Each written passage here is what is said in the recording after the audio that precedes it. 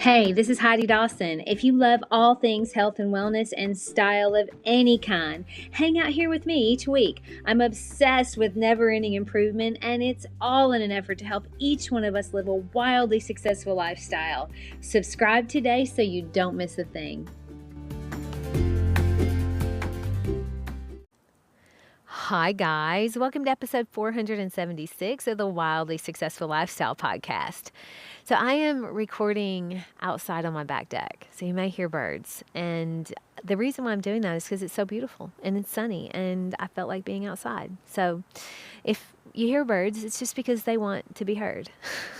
So I'm excited about bringing this episode, really just because I hope it brings you comfort, just like it did me, and comfort in an uncertain world right now. Now, don't get me wrong. I think there's a lot we can be certain about, but there's a lot of uncertainty too. If you think about it, that's always the case, right? I mean, it's more about what you focus on than anything. Your peace or lack of peace comes from what you give attention to. It always is. There are always things you can focus on that will make you anxious.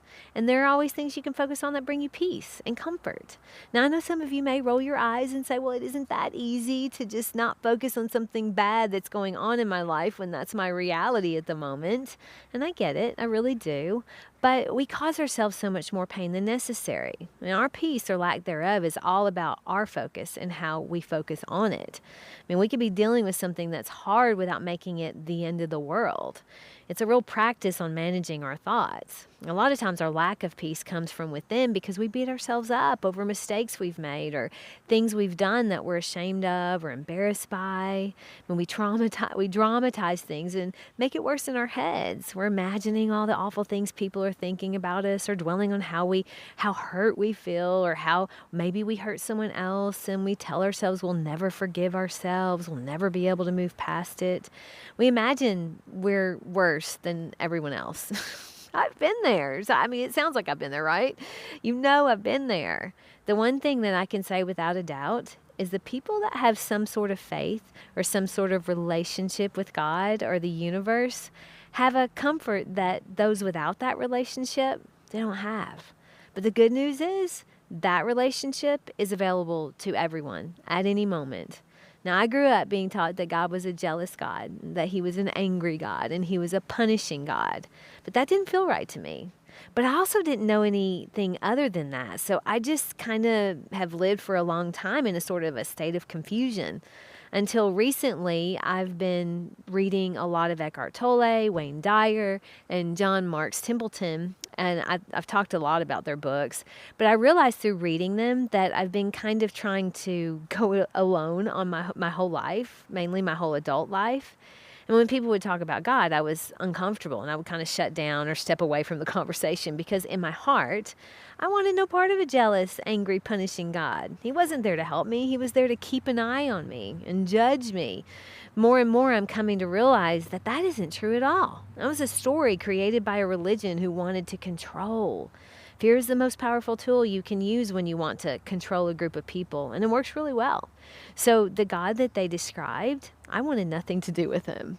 And he didn't sound comforting to me. He sounded scary. Now, as I've grown as an adult, I realized that what I was rejecting wasn't God. It was the idea that someone else put in my head about God. So because of that, I felt I've been sort of going it alone, just managing the best I could without really tapping into that higher power. Now, I'm a born optimist, so my life is really good, and I think that is due to that superpower of being an optimist. I mean, if you're not going to have the ability to lean on a greater power than yourself, you better be able to adapt and look for the positives in life. But now I know that I'm tapping into that power that comes from recognizing I don't have to go it alone. And ultimately, I never was and never did, and neither have you. Neither are you. You're not going it alone. It may just not look the way you were taught it should. In the book that I'm reading right now called The Laws of Life, John Marks Templeton wrote a paragraph that started with, "Nothing in your life should be foreign to prayer." Now, that really hit me like a freight train because I feel like everything in my life has been foreign to prayer because I thought God was judging me because I'm just so not perfect. And I thought that prayer only meant when you actually close your eyes and have a conversation with God intentionally, that was what prayer was and that's all it was. But that again is just a belief I held from a doctrine I no longer practice. I mean, when you meditate, when you walk in nature, appreciating the beauty, when you practice positive thoughts and loving feelings, these are all likened to prayer. They're just in different forms. I'm so happy to know that. You see, that's the trouble with sticking so tightly to beliefs. Sometimes they're wrong. And only when we educate ourselves do we grow. And sometimes we realize we've been praying all along. So he ends the paragraph in this book with, in truth, you cannot afford not to pray. Because when you pray, you move away from outer human personality into the great individuality within, which is the real you. I haven't been going it alone for the last few years. I just didn't realize that. I was talking to my trainer, Kevin, about life and how imperfect we all are. You know, we get real philosophical when we sometimes, and how sometimes that weighs on me, how imperfect we all are. And he sent me a Bible verse saying that, reminding me that Jesus didn't condemn people who sinned. He simply said, go and sin no more. He forgives, but says, hey, don't go repeat it. And he also said anyone who wants to condemn someone who's done something they consider to be a sin, to only be the first to cast a stone if you've never sinned yourself, which of course they had, so they couldn't cast a stone. The comforting thought is that we're not alone. We all make mistakes. None of us are perfect. Where we get in trouble is when we keep repeating them or we don't grow from them. And the trouble generally comes from consequences that get harder the more we repeat the mistake. I said in an earlier podcast that if we could learn the first time, it's a lot less painful. And that is so true. So if you're going through a hard time right now, keep going. There's something you're meant to gain from this. And this too shall pass. I always tell my little sister that from the minute she could even realize things were, she had any problems at all, I would say this is going to pass. And at some point you won't even remember it. So focus on what it would be that you can gain from this hard thing you're going through. When you do that, you're tapping into your higher power.